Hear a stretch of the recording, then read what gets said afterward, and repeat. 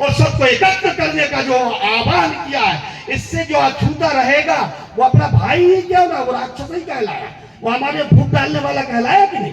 इसलिए सबको एकजुट हो जाना चाहिए। एक एक धागे से मिलकर के, एक धागे को तोड़ो तो फट से टूट जाता, 10 धागे इकट्ठे करो तो कोई की हिम्मत भी तोड़ सकता है। ठीक है कि नहीं। इस प्रकार से हम सब, कोई जात पात के नहीं, सब हर घर के सामने केसरिया रंग से, सिंदूर से या पेंट से लिख दो, हिंदू परिवार सुस्वागतम, ओम नमः शिवाय नर्मदोहर, ऐसा सब लिख के रखो। हमारी पहचान बताओ। कोई हेरा गेरा आए तो उसको देखकर ही पीछे पांव कर ले, ये तो हिंदू है कट्टर, उसको पता लग जाए कि हिंदू यहाँ हमारी चलेगी नहीं, दाल नहीं गलेगी, तो पहले ही पक जाएगा। इसलिए वाक्य सब जगह अपने मेन द्वार पर लिखना चाहिए। मेरे प्यारे भाई बंधुओं, हम जागे हैं, हमको इतना जागना है, अभी थोड़े जागे। कैसे जागे?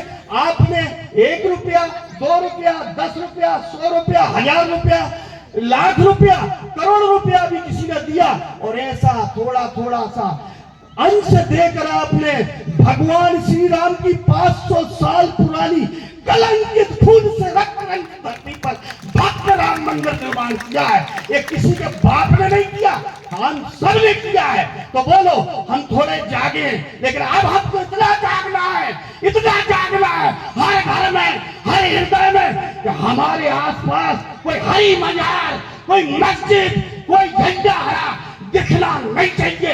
ये होने नहीं चाहिए। ये भूत प्रेत हमारे यहाँ नहीं होना चाहिए। ये बिल्कुल दिखाई नहीं पड़ना चाहिए। इतना जागना है मेरे प्यारे भाई बंधुओं।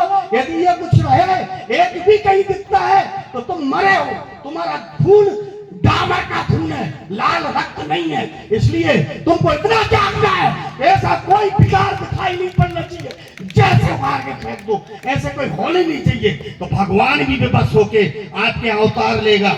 जब सच्ची भक्ति श्रद्धा जागृत होती है तो मेरे प्यारे भाई बंधु, भगवान सहजता से आ जाता, दर्शन देता है। इसलिए मैं आपसे निवेदन करता हूं कि कभी भी ये कल्पना नहीं होना चाहिए कि ये हरिजन की शादी हो रही है तो हम नहीं जाएंगे। सब एक साथ में, आज के बाद एक साथ सबके, सभी समाजों के लोग मिलकर शादी विवाह में जाएंगे, मंदिर में दर्शन को जाएंगे, लेकिन दारू पीकर नहीं, मांस खाकर नहीं। ये राक्षसों का भोजन है, ये ध्यान में रखना।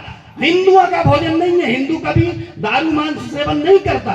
यदि कोई करता है तो मेरे भाई बंधु हाथ जोड़ के प्रार्थना, ये छोड़ देना चाहिए। मैं तो चाय भी नहीं पीता हूँ, होटल का नहीं खाता हूँ, ढाबे के सामने खड़ा नहीं होता हूँ। तो तुम कम से कम इतना ही कर लो, प्याज लहसुन नहीं खाता हूं तो तुम इतना ही कर लो कि गंदा जो हम खा रहे हैं, जो आदत हो गई, उसको छोड़ दो और हिंदू बन जाओ, और साथ में गंगा की धारा में बह लो। बोलो भारत माता की। प्यारे भाई बंधुओं, मैं बताता हूँ, छोटा सा उदाहरण पानी को बयान दूंगा। एक जवान था, नौजवान, हमारे हिंदू समाज को संगठित करने का एक बहुत अच्छा उदाहरण याद स्मरण में आ गया। वो नौजवान प्रतिदिन दौड़ लगाता, 5 किलोमीटर दौड़ता, 5 वापिस आता दौड़ते हुए, और फिर उसके गांव के पास एक बहुत बड़ा बड़का झाड़ था। उस झाड़ की डाली, बड़की डालियां सब ऐसी आ रही होती है कि नहीं, उसमें लटकता और उसमें झूलता, फिर पांव से कैंची लगा के उसमें लटकता और फिर झूलता, फिर हाथ से कैंची लगा के और उस पर झूलता, और ऐसा करते करके उसने इतना बल प्राप्त कर लिया कि वो धीरे धीरे डाल धरती तक झुका ली। बोलो भक्त वत्सल भगवान की। अब इतना करने के बाद क्या घटना हुई? उसकी शादी हो गई। क्या हो गई? शादी हो गई। तो 1-2 साल बाद एक बच्चा हुआ, 4 साल बाद 2 बच्चे हुए। अभी भी वो ये सब काम कर रहा है। वो डाल जो झुके थी धीरे धीरे ऊपर आने लगी। ठीक है कि नहीं? ये बहुत अच्छे से समझने की बात है। और जब 4 बच्चे हुए तब वो डाल वही की वही लगी है, बिल्कुल हिले अकेली, झुके नहीं। अब वो अपने कर्म ठोक के कहता, भाई वो पहले से ज्यादा मैं मोटा ताजा हूं, थोड़ा सा लंबा और बहुत कुछ हो गया, लेकिन डाल क्यों नहीं झुक रही? डाल झुकना चाहिए कि नहीं झुकना चाहिए? आखिर कारण क्या है? अब वो ऐसा चिंतन करते घर गया तो उसकी पत्नी ने पूछा, आज तुम चिंतित हो? चिंतित क्यों हो भाई? बोले हम चिंतित इसलिए है कि पहले जब मेरी शादी नहीं हुई थी तो बड़ला की धार हम नीचे धरती में झुका लेते थे, आज वो हिला पा रहा हूँ, झुका नहीं पा रहा हूँ, तो क्या कारण है? तो पत्नी बोली, अब तुमको यही पता नहीं? बोले क्या, 4 हो गए ना पैदा, इसलिए तुम्हारी ताकत बढ़ गई। बोलो भगवान की। तो बोले क्या करें? बोले सभी चलो और डाली में लटको कैसे नहीं झुकती।